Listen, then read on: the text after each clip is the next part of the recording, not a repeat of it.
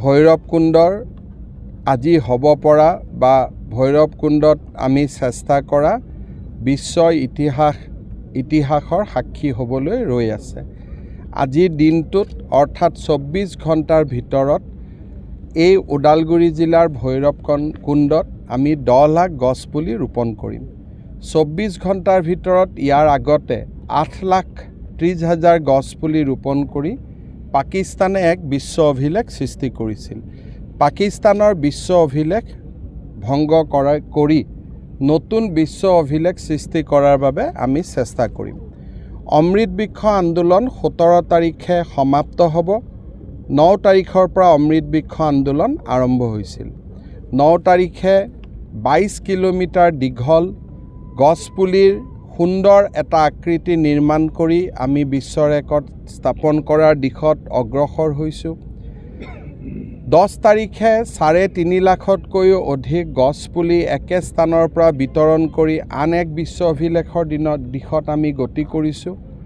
11 তাৰিখে অনলাইন পাঠ্যক্ৰমেৰে 7 লাখতকৈও অধিক লোকক গছপুলি ৰক্ষণাবেক্ষণৰ ওপৰত প্ৰশিক্ষণ দি আমি আন এক বিশ্ব অভিলেখৰ দিশত গতি কৰিছোঁ। আজি ভৈৰৱকুণ্ডত বিশ্ব অভিলেখ সৃষ্টি হ'ব বুলি মই বিশ্বাস কৰোঁ।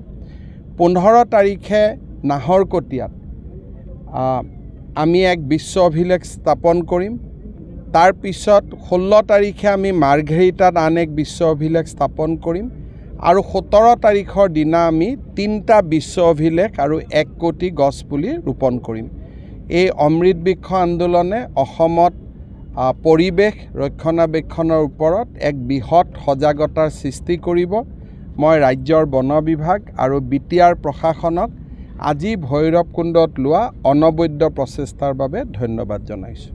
ইয়াৰ ৰক্ষণাবেক্ষণ ক্ষেত্ৰত স্যাৰ কিবা দায়িত্ব অহা কিছুদিন যেতিয়ালৈকে বৰষুণ অলপ আমি দেখা নাপাওঁ তেতিয়ালৈকে 250 স্বেচ্ছাসেৱক আমি ইয়াক নিয়োগ কৰিম, যোনে নেকি গছপুলিবোৰ ৰক্ষণাবেক্ষণৰ চেষ্টা কৰিব। আৰু আমি আশা কৰিছোঁ যে আমি 70% ছাৰ্ভাইভেল ৰেট আমি পাম। তেনেকৈ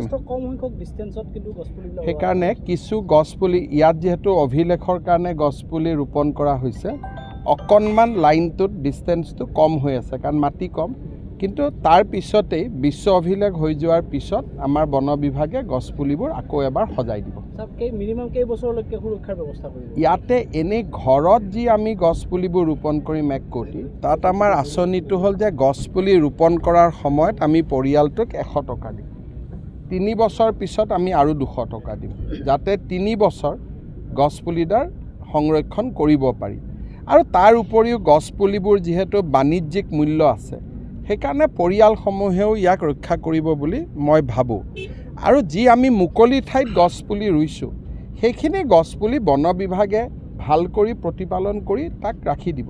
সমান্তৰালভাৱে কিন্তু গছ কটা বন্ধ হোৱা নাই, অবৈধভাৱে বহুত কাঠৰ মিল কিন্তু ওদালগুৰি জিলাতো চলি আছে। অসমতো বিভিন্ন ভাল বেয়া ঘটনা চলি থাকে আৰু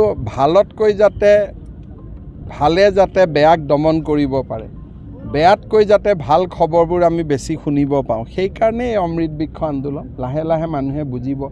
বিশেষকৈ নতুন প্ৰজন্মই আজিকালি গছ নাকাটে। এটা চাম আছে, বিভিন্ন কাৰণত তেওঁলোকে গছ কাটে, আইনসংগত ব্যৱস্থা আমি লৈ আছোঁ আৰু এই ধৰণৰ আন্দোলনে তেওঁলোকৰ ওপৰতো কিছু প্ৰভাৱ পেলাব বুলি মই আশা কৰোঁ। বিদ্যালয় মহাবিদ্যালয় এই প্ৰচেষ্টাটো দিবনে কৰিব? বিদ্যালয় মহাবিদ্যালয় ইতিমধ্যে আমি যিটো মেৰা মাটি মেৰা বন্ধন এই কাৰ্যসূচীৰ দিনাখন আমি পঞ্চায়তসমূহত 75ডালকৈ গছপুলি বিদ্যালয় মহাবিদ্যালয়ত ৰোপণ কৰিছোঁ। এনৰেগাৰ জৰিয়তে আমি নামঘৰ মন্দিৰসমূহত বৃক্ষ ৰোপণ কৰি আছোঁ আৰু যিবিলাক আমি ফৰেষ্ট এভিকশ্যন কৰিছোঁ তাতো আমি গছপুলি ৰোপণ কৰি আছোঁ। গতিকে অসমত মই ভাবোঁ যে 2-3 বছৰত আমাৰ গছপুলিৰ সংখ্যা বহুত গুণে বৃদ্ধি পাব। ছাৰ, নিয়াৰ তথ্যত এটা বস্তু ওলাইছে যে 5খন ৰাজ্যৰ ইতিমধ্যে নল কায়দাৰ হেৰিত কিন্তু অসমো আছে তাতে। চাওক, 2-3টা ডাঙৰ ঘটনা হৈ আছে। এটা হ'ল আমি এটা ন্যাক তদন্ত দিব খুজিছোঁ যে অসমত দ্ৰুতগতিত ৰোহিংগিয়াৰ প্ৰৱেশ। যোৱা বছৰ আমি বহুতবিলাক ৰোহিংগিয়া ধৰাত পেলাইছোঁ আৰু সমান্তৰালভাৱে আমি ৰোহিংগিয়াক অসমলৈ লৈ অহা দালাল বহুতৰ আমি এটা খবৰ পাইছিলোঁ আৰু সেই মানুহবোৰ ইয়াত নাথাকে, তেওঁলোকে নতুন দিল্লী বা জম্মু কাশ্মীৰলৈকে অসমৰ থ্ৰুদি গুচি যায়। আজি নিয়াৰ ডিৰেক্টৰৰ লগতো মোৰ কথা হ'ব আৰু আমি ৰোহিংগিয়াৰ 2টা কেছ আছে, এটা কেছ অসম পুলিচে ইনকুৱাৰী কৰিব, এটা কেছ আমি নিয়াক দিব খুজিছোঁ, যিটোৱে গোটেই কাৰণ ইয়াৰ ৰেকেটটো গোটেই অল অভাৰ ইণ্ডিয়া এটা ফেমিলিক সোমোৱাই দিলে 45,000 টকা কৰি দালালি লয়।